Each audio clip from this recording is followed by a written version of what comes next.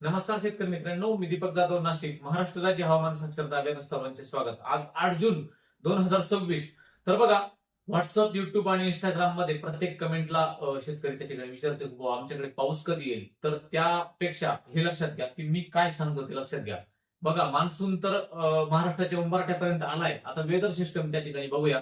तर मित्रांनो बघा, भारतात का वेदर सिस्टीम का बघावे लागतात? बरेच शेतकरी म्हणतात की आपल्या तालुक्याचा, जिल्ह्याचा अंदाज द्यायचा सोडून तुम्ही वेदर सिस्टीम सांगतात. कारण हा पाऊस काही इथून चालू होत नाही. तो पाऊस येतो भारताच्या सगळ्या इंडियन सबकॉन्टिनेंट भागातून. तर बघा, इकडे एक सायक्लोनिक सर्क्युलेशन आहे आणि ट्रफ बनलेली आहे. तर ह्या ठिकाणी एक सिस्टम डेव्हलप आहे. ही 5 दिवसापासून या ठिकाणी सायक्लोनिक सर्क्युलेशन फिरतंय. त्याच्यामुळे मान्सून देखील वरती सरकला आणि त्याच्यामुळे दक्षिण महाराष्ट्रामध्ये जोरदार पाऊस कोकणात त्या ठिकाणी भागात पडतोय.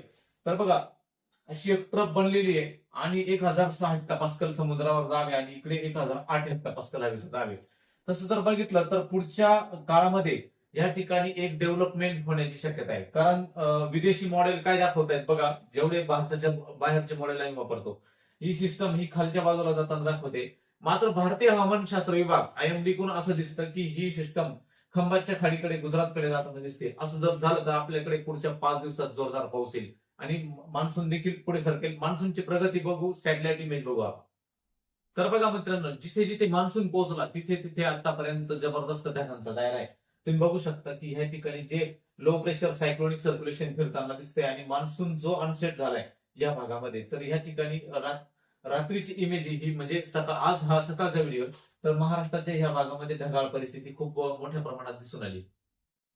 काल मान्सून तर पुढे सरकला, परंतु तो कोणत्या भागात? इकडे अरुणाचल प्रदेशकडे सरकला. बघा, जी मान्सूनची काही बंगालची उपसागरातली शाखा आहे, ती जलद रीतीने इकडे जाते, कारण इकडे हवेचे प्रेशर बरेच कमी आहे. तर तुम्ही बघू शकता की जवळपास अरुणाचल प्रदेशचा हा जो ब्लॅक आयएमडीने भाग केलाय तिकडे पोहोचलाय. तर इथे मात्र काल पुढे सरकला नाही मान्सून. मात्र आयएमडीच्या अंदाजानुसार असं दिसतं की 10 तारखेपर्यंत हा मुंबईच्या किनारपट्ट्याचा पूर्ण भाग व्यापण्याची शक्यता आहे. 10, 11, 12 तारखेपर्यंत. म्हणजे 10 तारीखच दिली मुंबईपर्यंत येण्या, म्हणजे 2 दिवसानंतर कदाचित उद्या किंवा आज शक्यता वाटत नाही, पण उद्या मान्सून पुढे सरकण्याची शक्यता आहे. बघा मित्रांनो, इथे जे लो प्रेशर आहे सध्या मान्सून ह्या भागात आलाय. हे फक्त आपला सिंधुदुर्गचा कोपरा. तर ह्या ठिकाणी हे जे सायक्लोनिक सर्क्युलेशन फिरताना दिसतंय, हे पुढच्या काळामध्ये बघा फॉरकास्टिंग नुसार असं दिसतंय की कदाचित ते गुजरातकडे इथे या भागात सरकू शकतं मॉडेलनुसार. त्यावेळेस मात्र मुसळधार पाऊस हा राज्यात पुढच्या 4 दिवसात सुरू होईल या अंदाजानुसार. मात्र विदेशी मॉडेल काही वेगळं दाखवत आहे. तर त्यांचा अंदाज असा आहे की ते ह्या भागात जाऊ शकतं. एकदम विपरीत अंदाज विदेशी मॉडेल देत आहे, परंतु आयएमडीने दिलासादायक आपल्याला वृत्त त्या ठिकाणी दिलेलं आहे. तर बघा मित्रांनो, बघा आयएमडीचं जे आहे ते जे आपल्याला पॉझिटिव्ह सांगतं तेच घेतलं मी. या ठिकाणी जो पावसाचा दायरा दिसतो आपल्याला, तो पुढच्या काळात गुजरातकडे सरकणार आहे. त्यामुळे लवकरच मान्सून ऑनसेट होईल आपल्या मुंबईच्या भागात, हे त्या ठिकाणी दिसतं. हेच मॉडेल आपण जर 15 तारखेला घेऊन गेलो तर बघा, गुजरातला या ठिकाणी ते धडकलं. कदाचित ते डिप्रेशन किंवा डीप डिप्रेशन देखील बनू शकतं. ते गुजरातच्या आसपास धडकताना त्या ठिकाणी दिसतं. आणि 17 तारखेला मात्र ते मधल्या ज्या गुजरातच्या भागाकडे सरकतं, त्यावेळेस मात्र मान्सून जोरात ऑनसेट होताना आपल्याला त्या ठिकाणी दिसतो. तर बघा मित्रांनो, मान्सून कुठपर्यंत आलाय हे तुम्हाला माहिती आहे. सिंधुदुर्ग पर्यंत मान्सून आलाय. परंतु मान्सून आल्यानंतर बाष्पाचे जे काही इकडे इथे एक तर एक कमी दाबाचे क्षेत्र आहे, लो प्रेशर बनलेले समुद्रामध्ये. त्याच्या चक्राकार वाऱ्यांच्या स्थितीमुळे पाऊस हा दुपार नंतर कुठे कुठे पडतो बघा. मी काल जो अंदाज दिला होता त्या पद्धतीनेच पाऊस पडला. मी काल बाहेर होतो, त्याच्यामुळे मला दुपारून अपडेट देता आले नाही. तरी आज ती सकाळी अपडेट मी इंस्टाग्राम आणि फेसबुकला शॉर्ट व्हिडिओला टाकली. तर बघा, पाऊस आज आज जर बघितलं तर 8 जूनला पाऊस सिंधुदुर्ग, कोल्हापूर, सांगली आणि सोलापूर पर्यंत, सोलापूरचा काही भाग, सातारा आणि पुण्याचा काही भाग, बघा या भागामध्ये आजही जोरदार पावसाची शक्यता आहे. लक्षात घ्या, आज या पॅचेस मध्ये जोरदार पावसाची शक्यता आहे. मान्सून पुढे सरकला नाही. कालही या भागातच पाऊस होता दुपारनंतर, आजही ह्याच भागाकडे शक्यता आहे. एकदा अगदी राजापूर, सिंधुदुर्ग, रत्नागिरी, रायगडचा बराचसा भाग, सातारा, महाबळेश्वरचा भाग, सांगली, जत वगैरे विटाचा भाग, कोल्हापूर संपूर्ण, सोलापूरचा हा भाग, या भागामध्ये पावसाची शक्यता आहे. त्यानंतर इकडे जर बघितलं, मराठवाड्याकडे काल मी जो अंदाज दिलेला होता त्या भागात पॅचेस नुसार पाऊस झाला. सगळीकडे सर्वदूर पाऊस झालेला नाहीये. तर विदर्भाकडे आजही पावसाची शक्यता ह्या पॅचेस मध्ये बनताना त्या ठिकाणी दिसतात. आज नांदेडच्या भागात पावसाची शक्यता दुपारनंतर दिसते. धाराशिव देखील पॅचेस मध्ये पाऊस त्या ठिकाणी दिसतो. आणि जो काही हा भाग आहे, ह्या भागामध्ये जो पावसाची शक्यता फक्त जळगाव, बुलढाणा, अकोला, अमरावती आणि नागपूर, वर्धा, गोंदिया आणि नंदुरबार, धुळे आणि नाशिक ह्या विभागात ही दुपारनंतर जर क्लायमेट तयार झालं तर होऊ शकते. बाकीचा जो भाग आहे, जालना, परभणी, हिंगोली, वाशिम, यवतमाळ, वर्धा या ठिकाणी असा पॅचेस मध्ये कुठेतरी जो तयार होईल दुपारनंतर तिथे होईल. मात्र सर्व दूर नाही, खूप कमी भागात मराठवाड्याच्या या भागात शक्यता आहे. कारण सिस्टम इकडे आणि मान्सून देखील इकडे, लो प्रेशर देखील या समुद्रात आहे.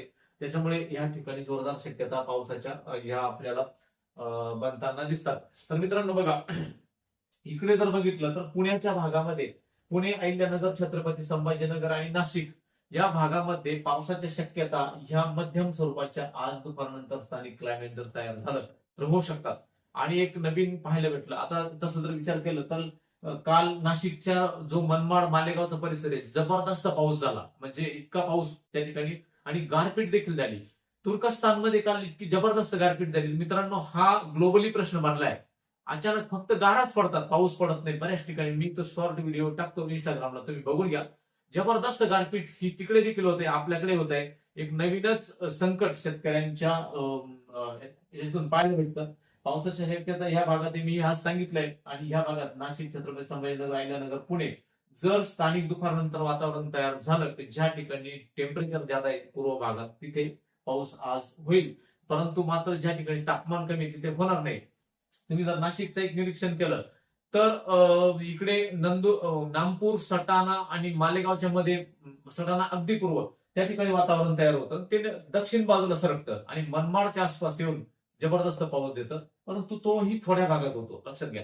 परंतु जिथे होतो तिथे खूप पाऊस होतो आणि तो पूर्व भागातच पाऊस होतोय, पश्चिम भागात होत नाही. कारण व्हॉट्सअप कमेंटला एवढ्या उत्तर देणं मला शक्य नाही. मित्रांनो बघा, मान्सून आलेला नाही. मान्सून पुढच्या 4 दिवसात ऑनसेट आपल्याकडे सरकू शकतो, त्यावेळी चांगला पाऊस होईल. मात्र तोपर्यंत मात्र आपल्याला ह्याच सिस्टीमवर अवलंबून राहावे लागेल. प्रेशर कमी आहे, त्याच्यामुळे वरती मान्सून सरकत नाही. हा अंदाज सगळ्यांनी लक्षात घ्या. आणि आजही झाला तर तो कमीच भागात शक्यता आहे. दुपारनंतर ज्या ठिकाणी लोकल क्लायमेट तयार होईल तिथे पाऊस आणि जोरदार वारा, थोडेफार गाराही पडू शकतात, लक्षात घ्या. आणि अहिल्यानगरच्या या भागामध्ये जसं जसं ह्या भागाच्या जवळ लगत जो भाग आहे तिथे पावसाच्या शक्यता या बनताना दिसतात. त्यामुळे सर्वांनी हा अंदाज लक्षात घ्या आणि आपल्या या अंदाज सेवेमध्ये जोडून राहा. कारण बघा, सध्या परिस्थिती अशी बनलेली आहे की बऱ्याच भागामध्ये आल्याची लागवड चालू आहे, अद्रक लागवड चालू आहे, तर बऱ्याच हळदीची लागवड त्या ठिकाणी चालू आहे, टोमॅटो लागवड चालू आहे आणि शिमला मिरची, तिखट मिरची, सगळ्या मिरची लागण झालेल्या आहे. टोमॅटोच्या लागवडी पहिल्या ह्या बऱ्याच अडचणीत आलेल्या आहे. त्याच्यामुळे अपडेटमध्ये राहा. पाऊस कधी येणार, वातावरण कधी बदलणार, सगळ्या गोष्टी करता दीपक दादा हवामान अंदाज याला चॅनलला सबस्क्राईब करा आणि त्यानुसार रोज आपल्या अपडेटमध्ये राहा. धन्यवाद.